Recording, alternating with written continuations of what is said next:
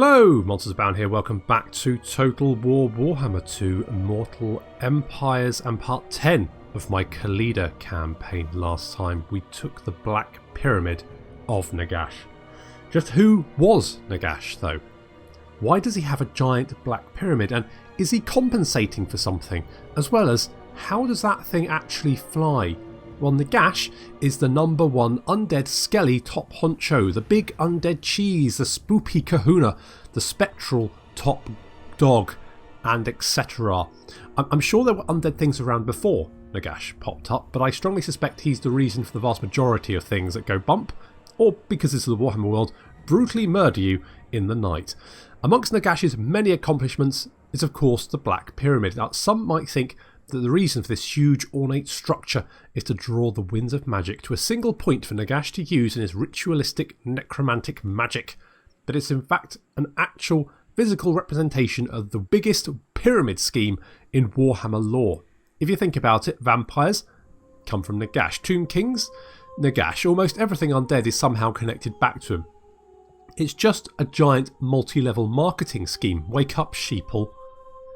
But Nagash wasn't always so infamous. He started life as the first son of the King of Khemri. Unfortunately for him, the first son was always given to the mortuary cult, and the second became king after their father.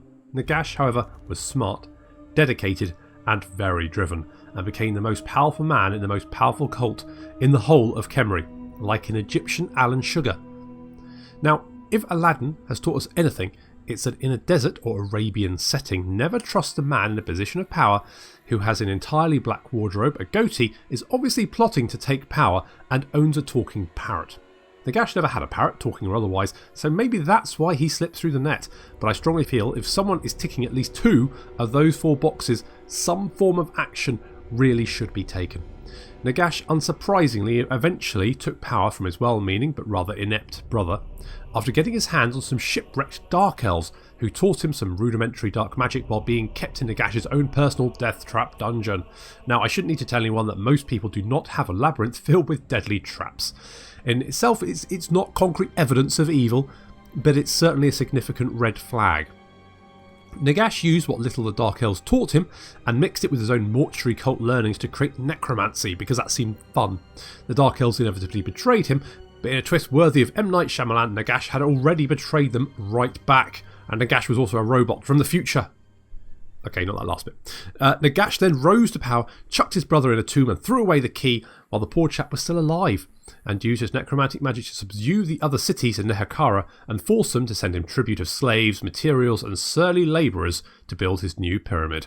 Constructing his pride and joy took a little while because it was quite big, took a lot of resources, and surly labourers only do a ratio of 1 hour labour to 2 hours sitting around drinking tea and reading the Sun.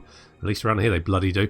And reading is of course a rather grandiose term for staring at page 3 and salivating. However, after several years of construction it was finished. While big statements were Nagash's thing, the pyramid wasn't just utterly dope, as the kids would say, it was also functional and architecturally glorious in a way that made Kevin MacLeod off Grand Designs warble on for half an hour about the benefits of obsidian as a construction material. The Black Pyramid focused and drew the winds of magic to Nehekara. The polar walk gates are far from the desert, and the magic is sluggish and weak in Nehekara, so Nagash needed a way to draw down more for his own personal use. The Warhammer world magic equivalent of hoovering in between the sofa cushions for spare change. Despite his fancy new crib, Nagash was eventually defeated by a rebellion, led by some of the other cities of Nehekara. Directly after the defeat of Nagash, the rebel kings had to hunt down the last of his proto-vampires, some of which had taken refuge within the pyramid, which was so vast and deadly that it took days and weeks to ferret out the last of the toothy buggers hiding within. During that time, Lamizash, the king of Lamia, who had turned on Nagash once he realised the balance of power was shifting, stole away one of Nagash's black tomes from within the pyramid, which eventually led to the world's first true vampire, which eventually also led to Khalida's death, so sort of a link there. Nagash did not die but disappeared into the desert and did not reappear for centuries. Also, apparently the Black Pyramid floats. Now, I didn't read about that in the lore. I'm fairly sure someone would have mentioned that at some point. So apparently in Total War it floats, so that's the thing. It doesn't look like it's floating there though. There it's maybe it floats up and down, maybe it's like an elevator type thing. I'm not 100% sure how that works. However, without further ado, we've got the Black Pyramid. That's good. Like that. And we're kind of friendly with these guys over here. They can. So this is the Rakap dynasty. I have no idea who those guys are. But maybe we can get a trade agreement with them. In fact, if we're going to do that, can we get some money? They do not seem... They really don't want to give us any money, do they? What about 100? Okay. What about, like, 30? No, it's 300 literally the minute. 300 is the minimum. Okay, well, they won't give us any money, but they will become our vassal. Do I want a vassal? I mean, I might want to kill them later. I don't know. How do I feel about that? Do I want a vassal? I kind of, well... So they won't confederate, but they will become vassal. I'm probably... I mean, I would like to push further west. But on the other hand, I also want to capture this corner down here. And I think that's my preference at the moment. So I'm just going to go for a trade agreement with them, and maybe let's get military access as well. Can we demand a payment then? No, they really don't want to give us any money. Okay, fine. Just that then. There we go. Good. So we got some new friends there. We've got the Strigos Empire here. They actually do kind of like us. No, that's because they like the Rakap dynasty. They don't like us. Okay, that's okay. I'm okay with that. They don't, and they're probably not going to declare war. I think Cetra probably doesn't like them very much either. No.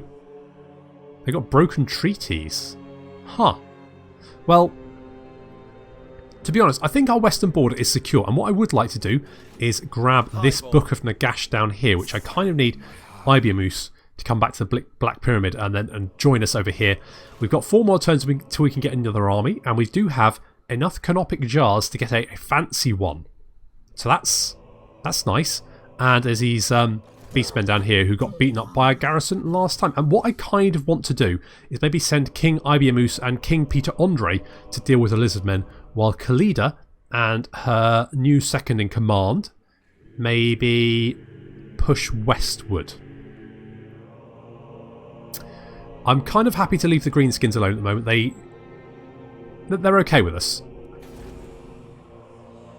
So I'm okay with leaving them alone. If Grimgor wants to leave me alone, I'm more than happy for him to leave me alone. Wait, is there another book up there? Is that...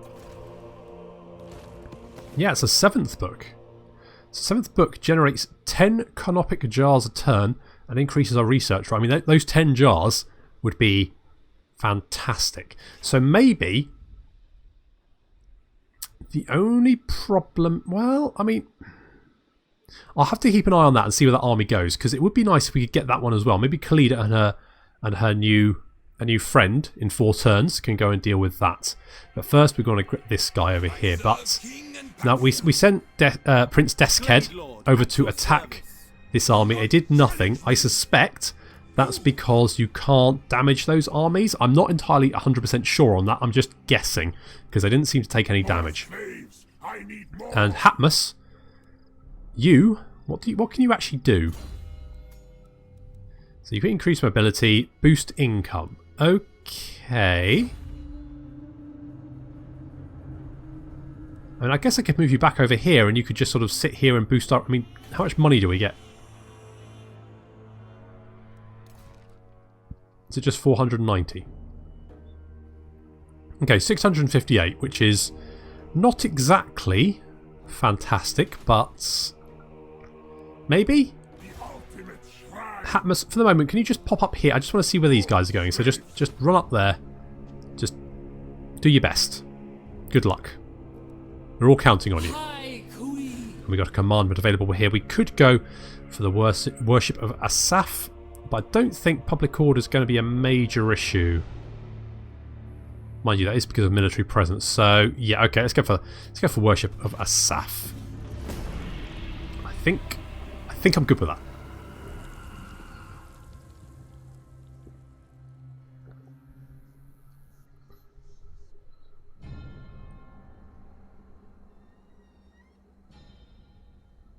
So we had Cetra help us out with the Battle of the Black Pier. Ooh. Cetra. Okay. I was kind of in the middle of something, Cetra, but sure.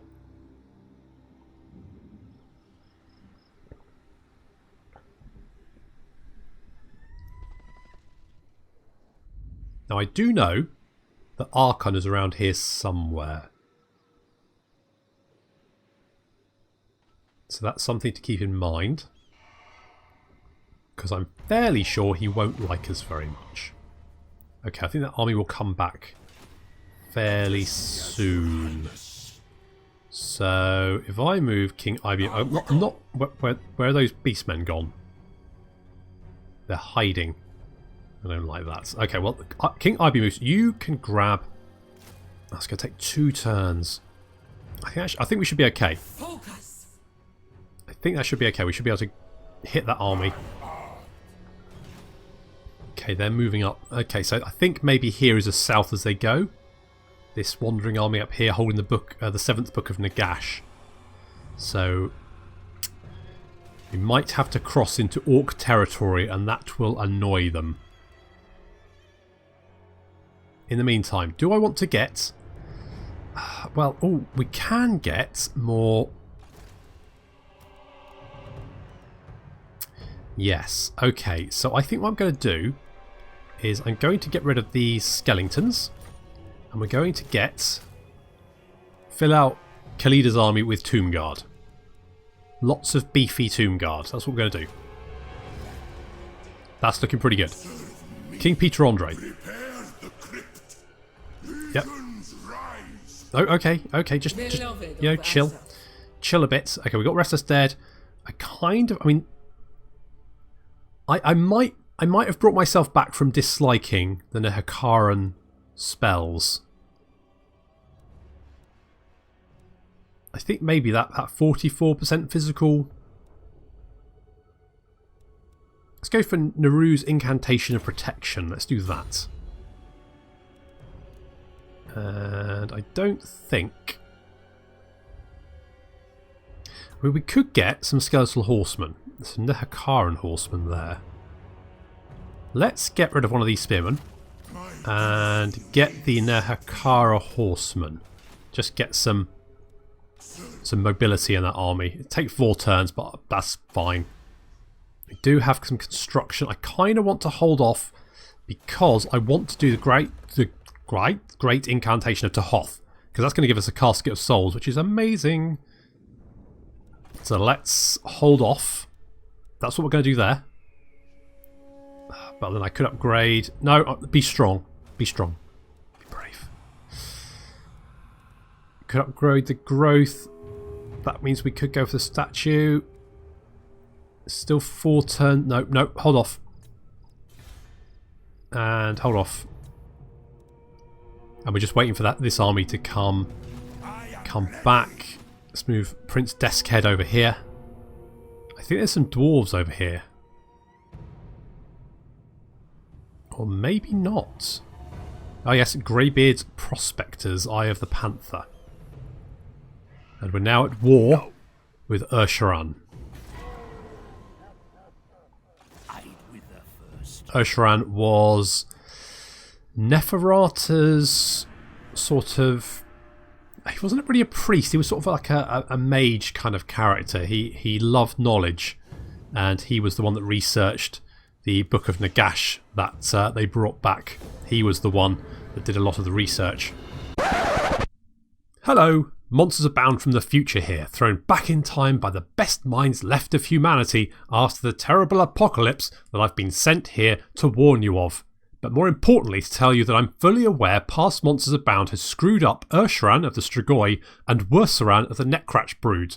Wursaran was the nerd vampire, Ursharan was the spy master vampire. Why Ursharan is a master necromancer Who knows? I think that's what threw me off. Anyway, looks like I've run out of time to warn you about the apocalypse. You'll be fine. When the sirens start, just duck and cover. Might help. Also, don't go outside.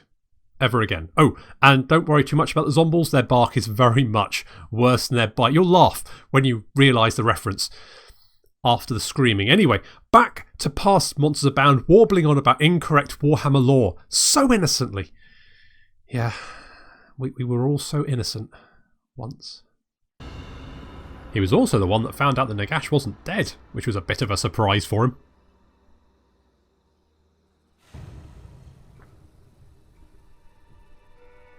He spent years and years, decades, trying to contact Nagash's spirit to unearth some of his secrets and never could.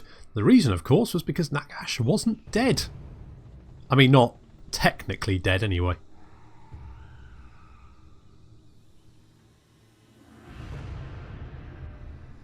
What would you have of me?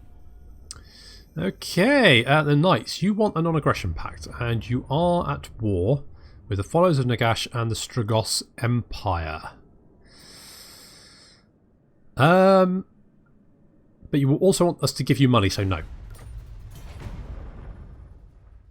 Now, will Cetra attack the Strigos? Oh, there's those Beastmen. I don't want them... They're going to increase corruption. They're going to get Chaos Cooties all over the bloody place. Everything's going to be a little bit sticky, which is awful. So we want to kill them, ideally, and we've got a brutish overseer, the ferocious foreman of your logging operation, have been applying the whip with unseemly zeal. Workers are vacating the camps en masse, and timber production is dwindling, driving up the construction costs. Well, they're skeletons, so I'm not entirely... does the whip bother them? I guess that's fine. Glade Lord. Okay. So we've got one more turn recruiting those, one more turn recruiting those. That's good. And you're trespassing in my land, you little shit. But that's okay. 3 more turns there. We've got 2 more turns until we can recruit. And I think we're going to get Rakash of the Second Dynasty. Because the public order, ward save, tax rate, all very good sort of empire-wide effects. So I think we're going to go for him. I mean, the other option would potentially to hold out until we can get Alcazar. Sorry, not Alcazar. Who am I thinking of? Ah, La Mizash for the Ushabtai. Because that's pretty nice. Missile damage, melee damage, +2 capacity. All pretty good, but that would mean another 15 turns of research. So we're probably not going to do that.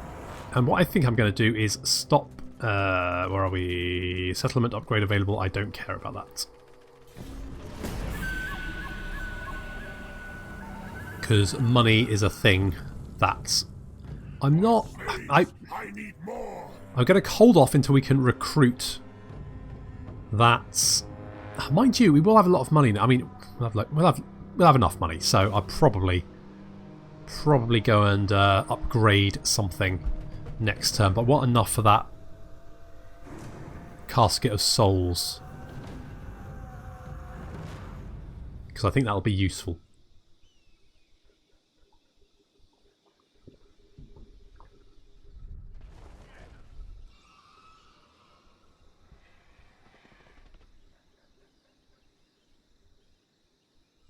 Come on, Cetra, you declared war on the Strigos. Are you actually going to do anything about it, or are you just going to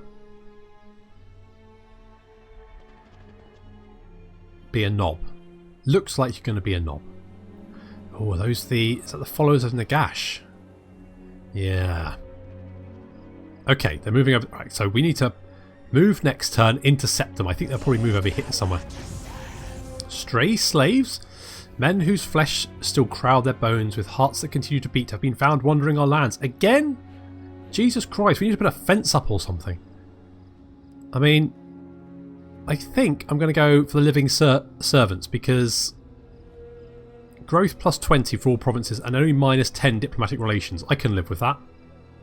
So we'll do that. Their lot is to serve. Any found wandering our lands are the property of the Tomb Kings. Really, it is a simple matter. They are our lands, so they belong to us. Put them to work digging and don't spare the lash. Now, to be fair, that is a place where the lash actually will have some effect. So I'm fine with that. Okay, let's head in this direction. And it looks like Hatip has got a skill point. Could go for the Elixir of Immortality, but am I particularly bothered about that? We could go for the replenished troops. Although we're in the desert at the moment, so we're going to get lots of replenishment anyway. So we could go for upgrade the Purple Sun. We could go for Canopic Jar Hoarder, because I do need more Canopic Jars. Let's go for Canop. Yeah, I'm going to go for that. That's what we're going to do. And let's move King Ibeamoose over. We can hopefully intercept them. Peter Andre, you've got 2 more turns to go. And we've currently got 10k. So I'm sure we've got a statue. Or a statuary of Khemri there. I would like to get some of the Ushabti with great bows. But currently, I don't think we've got anywhere we can build it. No. Disappointing. Would like more of those guys. We could get... Let's do that. Because more of those guys is better. And King Peter Andre has got a skill point. Returned in Madness for physical resistance.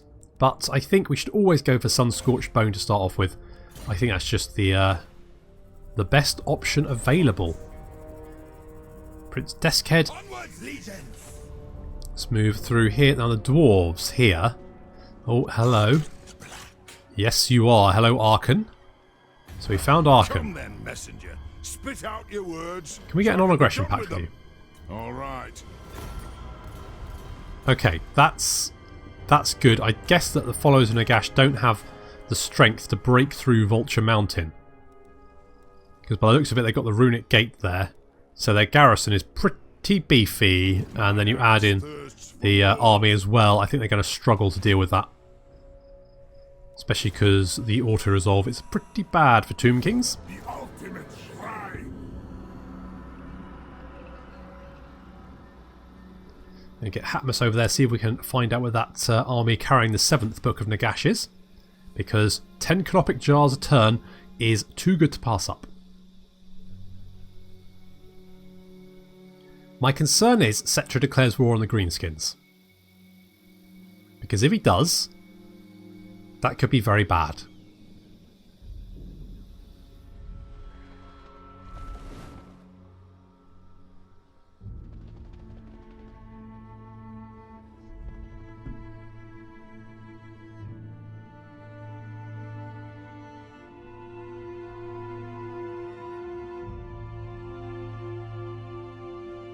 I suspect Arkan will be stuck trying to get through the mountain. Which kind of works for me, because I can then concentrate on dealing with my eastern border. Okay, are we in range to attack? Okay, so we've got wisdom in the 5th dynasty. King Setep usurped the throne of Khemri, restoring the priesthood and the necropolis. From then on, Nehkara began to flourish once more. So, yes, we're in range. Okay, we can attack that army very, very soon. I do want... Where is a good... Yeah, I think what we can do... I definitely want to get Rakhash. It is 200 jars, and those jars would be useful, but I think that's what we're going to do. Yep, that's what we're going to do. So next turn, we will be able to recruit that special lord, and let's go and get that book. I don't need my allies. That is your wish. Your people will bleed for this. Well, I've got some bad news for you. Absolutely not. Kill him. Ugh. Even with double the army they've got, it's still not looking particularly good for us. They do have quite a lot of nasty units, though. Vengeance.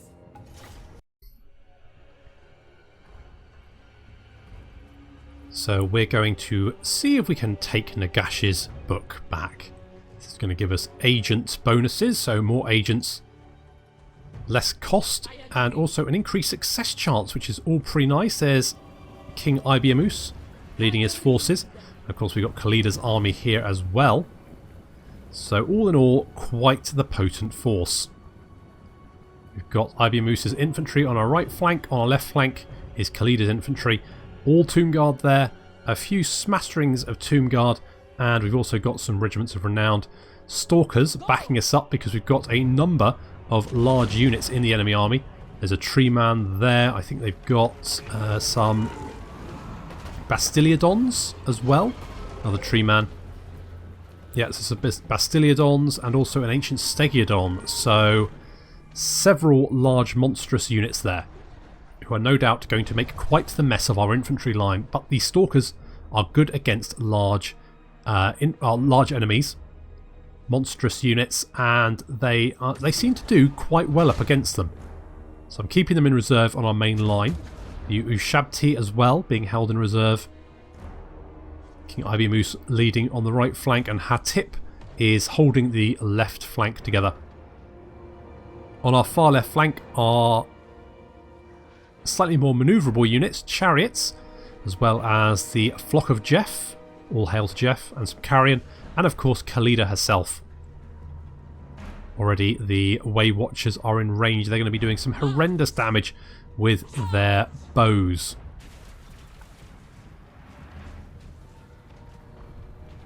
But then, so can we. That's going to do a little bit of damage, but they can easily outrange our archers. We've got some Wild Riders trying to move around the left flank. The Stalkers moving into intercept. Of course, these guys are large units. Are going to give our Scorpion Legion a bit of a charge. The Stalkers are going to counter-charge, and they're going to start losing that fight very, very quickly.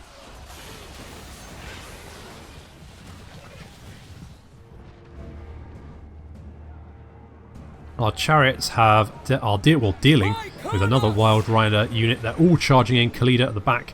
However, there are a unit of Temple Guard. 2 units of Temple Guard have peeled off from the main force and are heading for our chariots. However, that has left their main melee line a bit on the weak side. Of course, those Bastiliodons and Stegiodons are going to do horrendous damage as they waltz through our quite light infantry. But the archers behind the line going to start doing... God, that tree man just took several screaming skull shots in the face. So they're kind of breaking past. Stalkers have driven off that unit of Wild Riders. We've got some Dryads and some Saras and the Ushabti dealing with them. That's going to be a particularly good fight for the Dryads, or the Saras warriors at Ushabti are going to make a mess of them. Khalida is dealing with the Temple Guard all by herself, but she's a little bit surrounded. The Flock of Jeff, all hail to Jeff, have pooped on the Saras, and that has done a chunk of damage to them. The chariots, in the meantime, are circling around this unit of Temple Guard. Of course, Temple Guard are pretty good against large units, cavalry, and chariots, but not when they get charged from every direction at the same time. Chariot comes in to help, and here come chariots from 3 directions at once.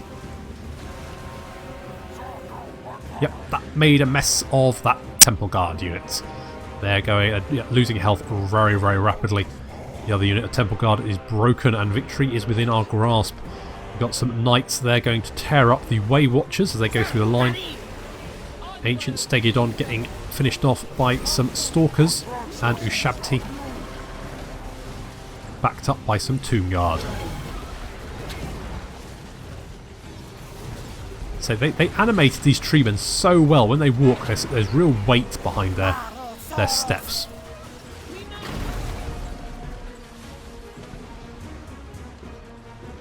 We're now just surrounding and finishing off these larger units. Astiliadon.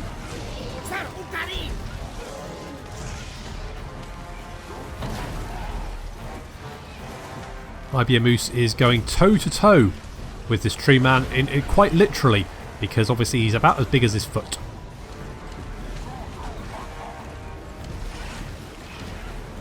However, that tree man's going to break and nothing's going to stop him from getting away. A few last units being hunted down, and Nicolandius, I think that's his name, the Glade Lord, is currently getting blasted by Khalida. Although his army's broken, he is continuing to stubbornly hold on.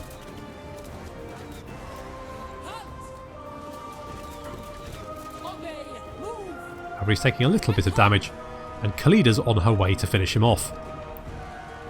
Looks like he's going to try and get away.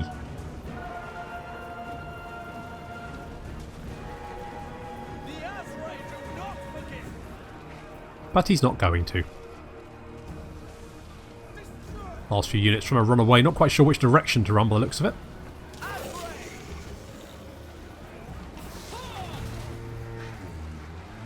Yep, Khalida's just battered him, surfing along on her snake. It's not really much of a contest.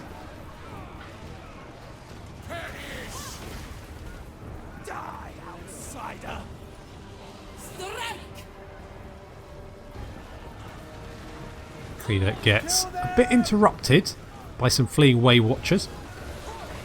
Last few units being chased off. Looks like that tree man's almost dead. We could probably finish it off.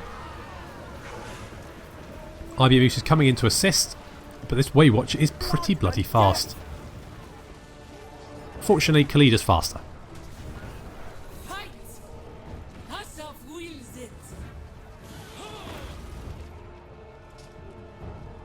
You're not having a good day, are you, mate?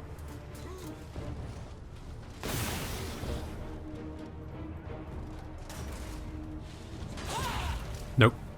Really not. Down he goes. That book's ours.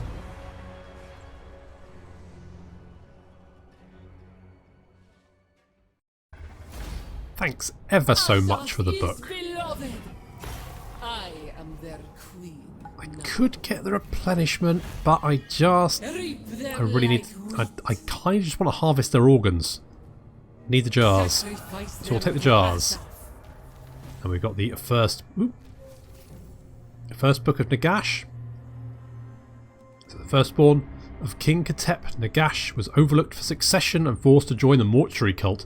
He swiftly rose to become a powerful high priest, but the envy of his brother, who succeeded their father as king, burned within Nagash like a brazier coal. Seizing his opportunity, he entombed his brother Thutep alive and claimed the throne for himself. Thus began Nagash's reign of sorcerous terror. And that's going to give us hero capacity +1 for all heroes. Hero action cost is -50%, and hero action success chance is +10%, and that lasts forever. So pretty nice. Can we actually... I don't think we can actually finish off this army, which is a bit of a pain. Just get as close as possible. Hopefully they'll throw themselves at us. If he goes for Bagar, that's going to be a problem. I think it'll be okay. Maybe. Hope so. We begin. But Ibeamoose has got another skill point. And I think... So he's Petra the Great Father. That's his level 10 skill. So Tomb Prince's melee defense for Tomb Guard and Chariot units. So do I want to? I think maybe we want to give him a skeletal steed, because he's just running around on foot at the moment. That's a bit naff, isn't it? So let's give him a skeletal steed, and then he can go for a skeleton chariot, and then even a Kemrian war sphinx, which sounds amazing. But at least he doesn't have to trudge around on foot anymore. So that's nice. So let's go to next turn, see what happens. Oh yeah, I forgot about Desk Head. It's fine. So there's the wizard. So that's Arkan's capital. And maybe we'll learn a little bit more about who Arkan is, because he's an interesting character. He was Nagash's lieutenant.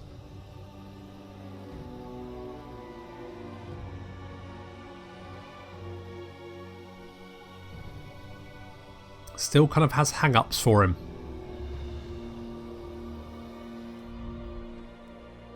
Oh, looks like Cetra actually did get stuff done. So it looks like he sacked the Pools of Despair but didn't finish them off. Not entirely sure why. Oh, that army is They're recruiting more Beastmen. I need to go and finish them off.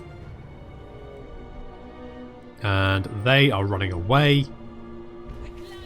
Okay, so they're over here somewhere. They're heading for, looks like they're heading for Karsabar. Gonna have to head them off, and we've got Rakash of the Second Dynasty. We can grab him now, and I think that's what we're going to do next. I think maybe we might get him down here. So there's Rakash of the Second Dynasty. Conquering lands beyond the mountains east of Nehakara, Rakash was a bringer of great prosperity. So let's get him in. Let's get him in, there we go. Oh shoot. I didn't do the sodding right.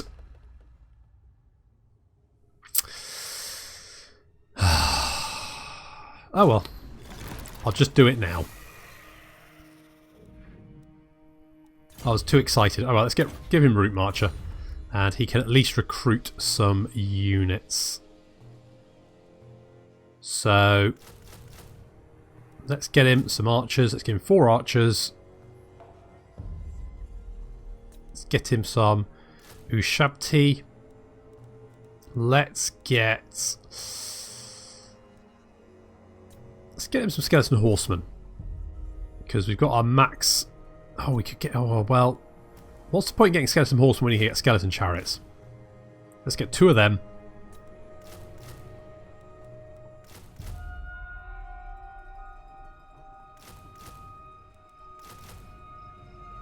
Okay, let's do that for the moment. We can always get more when we need. And I think his first job is going to be getting to hunt down these Beastmen, because they're a problem. And I think we should be able to. Can you recruit? Reinforce? Yes, you can. Oh, he's going to run away. What? Ibeamoose. Legions move. Indeed. Off you go. You're going to go and help. No, Khalida. That way. There we go. Yeah, we can just auto-resolve that one. And, oh, have we got a banner? What do we get? What did we get? Loot gained. Yep, some money. Money's good. And we've got the Banner of the Hidden Dead. So, Vanguard deployment and Stalk. Huh.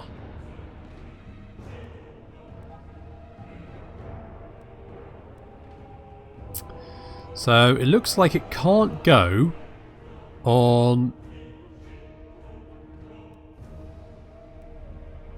Can't go on any of our statues. This banner is wrought with powerful incantations that draw the ancient dead to it and bind their souls to the remains of long dead warriors. Huh. I mean, mate, it might be better for King Peter Andre. If we can give that to the Nehakaran horsemen, that might be quite good. Because otherwise, if we whack any old unit in the middle of nowhere, they're going to get cut off and cut to pieces before I can reinforce them. So, okay, well, let's get the jars. More jars is good, and that guy is dead. Eyes of the Jungle obliterated. There's the Banner of the Hidden Dead. Oh, a Lichbone Pennet as well. That's nice. That's very nice. Ever onward. Guess we can almost see that army up there. I think what I'm going to do is start moving King Ibeamoose over to join King Peter Andre, and then together they're going to head back over to the Devil's Backbone, and then we're going to look at taking Doomglade and Resatra from the Lizardmen. And at the same time, Khalida is going to push westward, but I'm not entirely sure where yet. So if we grab the Pools of Despair, I mean, Cetra might grab it next turn, but if he doesn't, if we can take that, then that would be quite good. It is an imbecilic thing to bother me. Others who have end up as my puppets. Thanks, Esharan. That's nice of you to say so. So we do have some tech we can get. So let's. I mean, we've now got a +1 for each of the agents. So we can get one more of each of those. We could get the Proclamation of the First Dynasty. Or the Second Dynasty. So this one gives us campaign movement range, which would be really nice. Construction cost reduction for infantry and chariot buildings and income from trade. So this gives construction cost for cavalry buildings, growth and income from post-battle loot. Or unit experience +1 for all units, income from income buildings, and construction for income, growth and public order buildings. So they're all quite nice. I mean, campaign movement range is always good. And income from trade is nice as well. So march my legions, plant the seeds of civilization upon the lands of Nahek. Let's do that. And My dynasty reigns supreme. okay, King Peter Andre does have a mage in his army, and I do kind of like having some magic in every single army I have. So what lich? So we can get another lich priest. So which one do we have? So death, we got wrathful and treacherous. Yeah. For the light, we've got proficient caster and wise. Now wise, canopic jars generated +2 per turn. That would be quite nice. Fleet-footed master of ceremony. And then no shadow, we have to get another book to be able to recruit priests of shadow magic, but we could get the, I mean, we could get Coataman, plus experience for all recruits.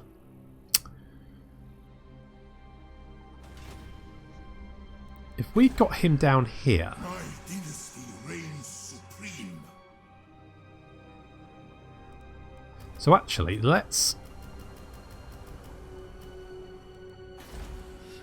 do that.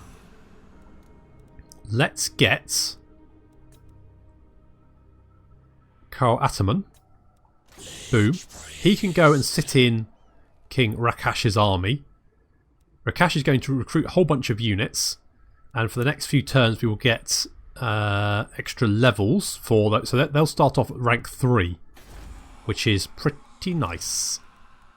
We could get a Tomb Prince on foot.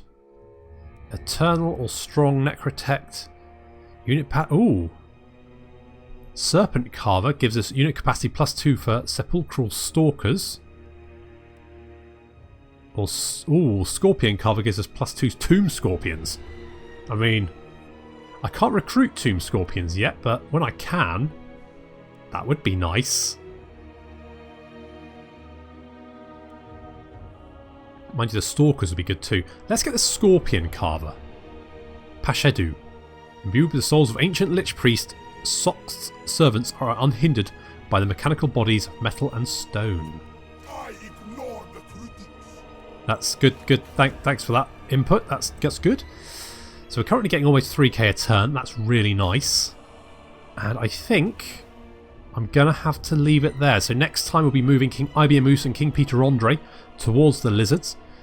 King Rakash is going to be recruiting some units and dealing with the Beastmen, and Khalida is potentially going to push on the Pools of Despair, or maybe the Black Tower of Arkan. But I'm not 100% sure. Of course, when Chaos spawn, they will spawn here, so I'm going to have to get some defences ready for when that happens. But thank you very much for watching, and I'll see you next time.